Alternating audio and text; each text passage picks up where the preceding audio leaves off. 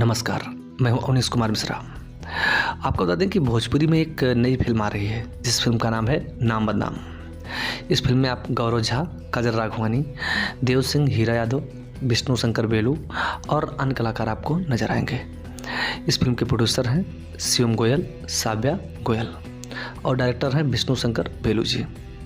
ये काफ़ी अच्छी फिल्म होने वाली है। इसका ट्रेलर कुछ अलग है और वही एक्शन सीन्स है, कॉमेडी है फिल्म में, लेकिन कुछ अलग तरीके से शूट की गई है इस फिल्म को। ये फिल्म काफ़ी शानदार होने वाली है।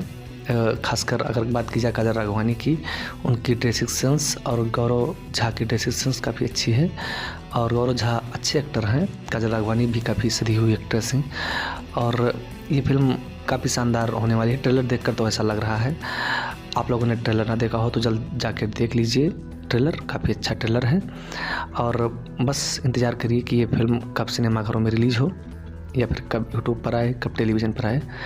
अगर आप उत्सुक हो तो हमें कमेंट छोड़िए, हम आपकी बातों को ऊपर तक पहुंचाने की कोशिश करेंगे और जल्द से जल्द इसे सिनेमाघरों में या फिर यूट्यूब पर लाने का प्रयास करेंगे हम प्रोड्यूसर के सामने बात रखकर। धन्यवाद।